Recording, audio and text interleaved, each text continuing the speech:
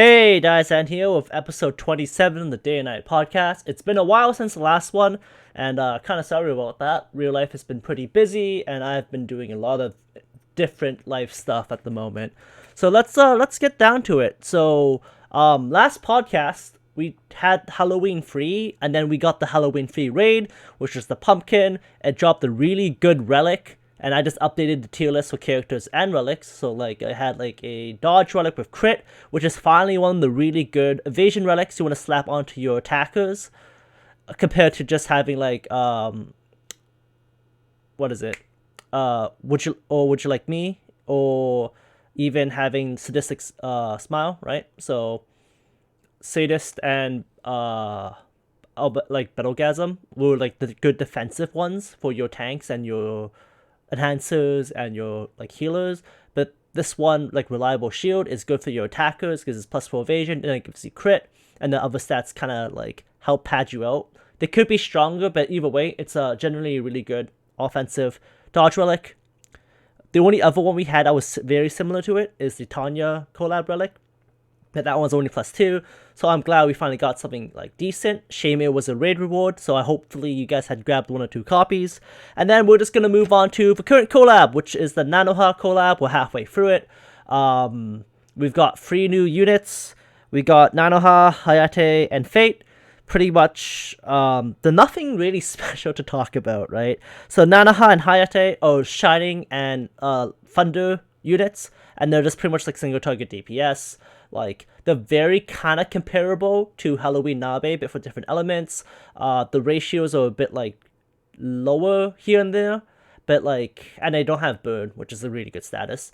But overall, like, they're just really generic elemental single target attackers, and unless you really like Nanoha, I wouldn't really recommend pulling for them. We also got Hayate, which is a buffer debuffer, and she has like the atypical kit, which is 3 MP, buff your team, 3 MP, debuff the enemies.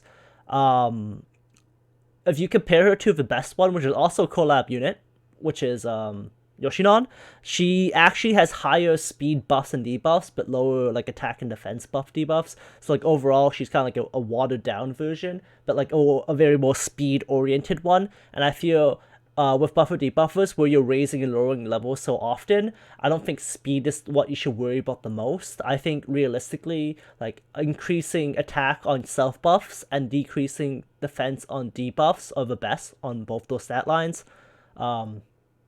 Yeah, I don't think we've had too many speed issues after you've like regularly debuffed, because like the difference is between about like 30 to 40%. That's a 10% marginal difference.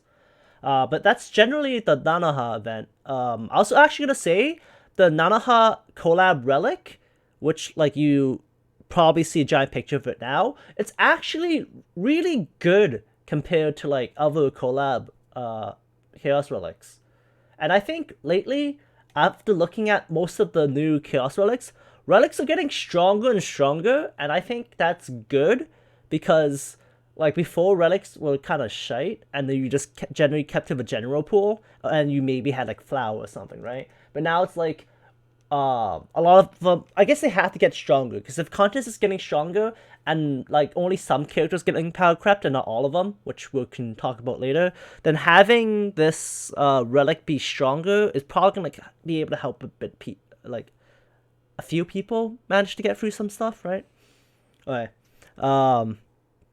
Speaking of units, we're gonna move on to a different tangent. I think this episode might be pretty short, but we're gonna talk about the Nazarick Fest units. I know I've already covered like Demiurge before, but like I just slapped him here because it's very comparable to Nabro, where they have high mana cost nuking skills, except where Demiurge can actually like nuke beautifully. Nabe has been focused more specifically towards nuking demons, and has Earth and Thunder elemental rates, and it's really expensive at 7 MP to be able to nuke like this.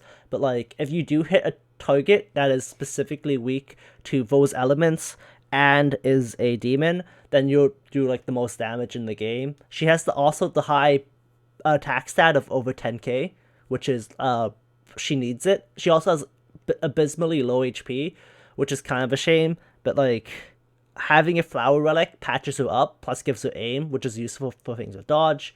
But low HP, high attack, very specialized. Other skills involve demon killing and grotesque killing. Super specific in her functions, and I would not say is not that great of a unit overall. I think some of the other Nabro units are even better in terms of just farming or like attacking with specific elements. Yeah.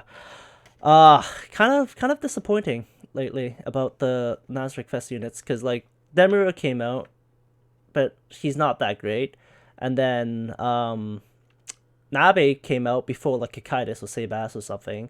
So like whatever, as long as they keep going with the trend. Maybe they felt like Demiurge's sales were too low and they needed a waifu to like increase the stimulus to keep Trias like operating, and that's why they switched to Maiden. But like my boy Kikaitis, man, he's a certified flow guardian, and I think he needs a Nasric Festival version of himself as his creator. Hopefully that's the next one. Hopefully. We're gonna go look into the forecast now of the future events. And we have Christmas rerun banners coming out. So we have year 1 to 3 all coming out, and then they just jammed them together. And then supposedly, according to our resident leakers on the server, Christmas free units aren't getting a buff, which is a shame. I think Christmas 2 units aren't getting a buff either. Holy cow, that is awful. Because pretty much like Christmas 1 was like Sebas, like Nabe and like Albedo, and they got a buff when Christmas 2 hit. So that means like Christmas like 2 and 3, which are just like the twins and like the maids, if they don't get buffed, that'll be like a huge shame, because Shizu is really good DPS, but like if she got a buff, she'd go higher, and I'm all for making Shizu like the best DPS in the game.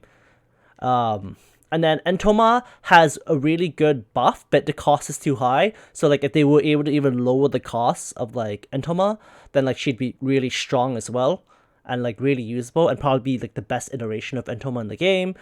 Same thing with the Christmas Lup. She's a really good tank as is, but like if you lower cost, up ratios, and up the base damage mitigation of her skills, then she can also like shoot up as a really good like tank, especially since she has counter and like flame counter and all that stuff, which can, I think, be super useful if it gets buffed. She could like climb up to like the top echelon of tanks.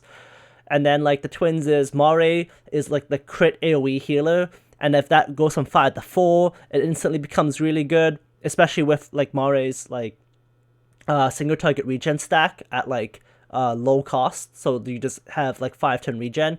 So like there's like very small changes to make the Christmas units like year 2 and 3 like super top tier again, which I think would be really good. Maybe we'll get the buffs later as the events start rolling out and the reruns start happening, but if they don't get buffs, that'll be super disappointing.